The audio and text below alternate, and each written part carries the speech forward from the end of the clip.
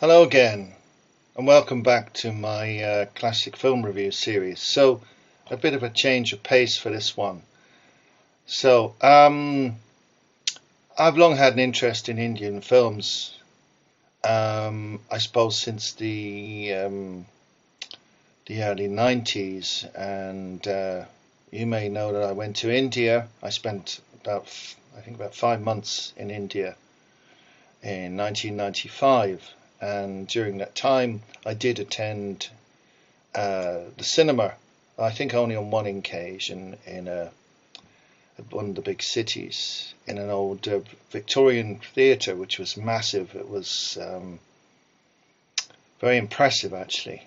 I forget what the film was now. It was all in Hindi, so I didn't really understand anything that was being said. But strangely, you could kind of follow the story without actually being able to understand what people were saying. Indian cinema is very emotional and evocative, and a lot of sentiments of film are carried in the posture and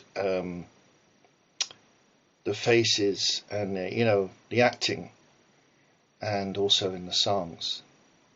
So you really don't actually have to understand all of it to follow what's going on in many cases.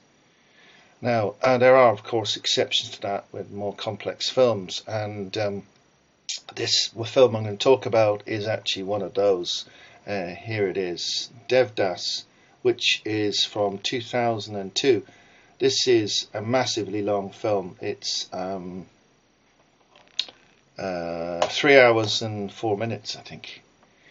I had that originally on VHS, which is how I discovered it. I just went into a shop which had, films for sale, and I saw that not knowing what it was, but I was familiar with some of the cast. Aishwarya Rai, if I probably didn't say her name wrong, is quite famous. I think she had been in one of these competitions like Miss World or Miss Universe, which she won, and sort of, was a model, but she also had an acting career. And the main character is played by a very famous Indian actor called Shah Rukh Khan. Again, I've probably murdered his name.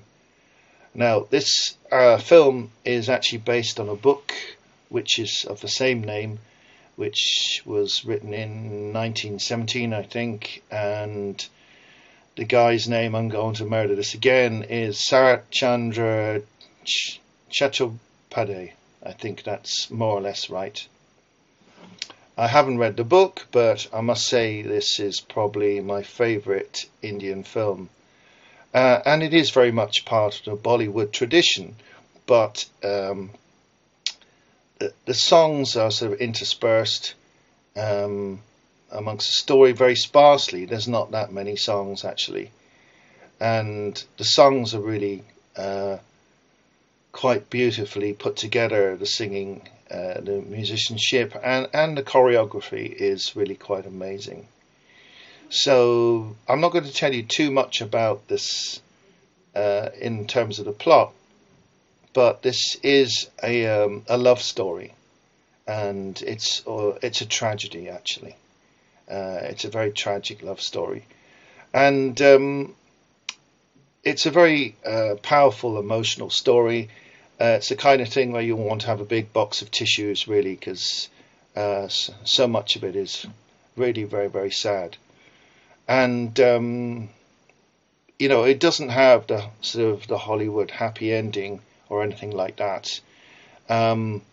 It's just a straight up romantic tragedy. Very well acted, very well put together. The production values are incredibly high. It's a real visual feast. The color, the sets, everything about it, the acting, it's all like really top notch. So I would say if you haven't ever seen any Indian cinema, this is probably a good place to start, but you need a good 3 hours for this. It is a long film. and you do need to really watch it and concentrate on the story to follow it. It's quite complex. Of course, I haven't read the novel it's based on, but I assume that they've made a reasonable attempt to stay faithful to the book, although I don't know that for sure. I'm just guessing. I think the Indian cinema is quite respectful of its own culture and is probably less inclined to totally butcher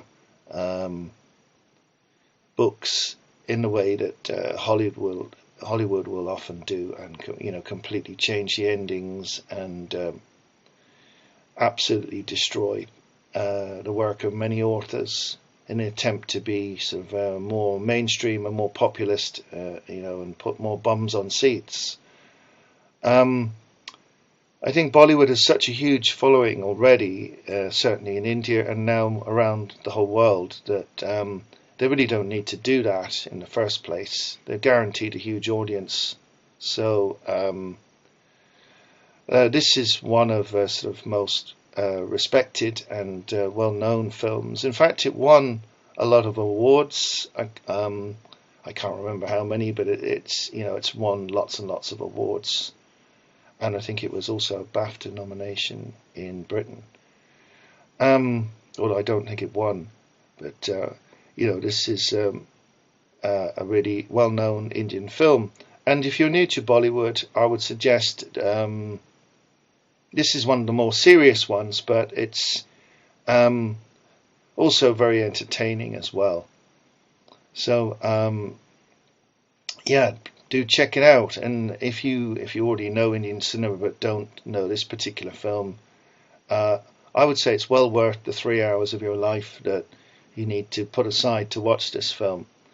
It really is wonderful, and it will stand several watches. It doesn't get boring, and even if you've seen it before, I always enjoy watching it again. Obviously, I don't watch it too often, but every so often, every few years, I will watch it again, and I always enjoy it. So it's probably one of the best examples of the genre that I know of anyway. So that's it for today. Hope you enjoyed that, and please check out my other film reviews in the series. Okay, thanks for watching, and please give a like, a thumbs up if you found this good, and feel free to subscribe as well. It all helps the channel. Thanks for watching, and bye for now.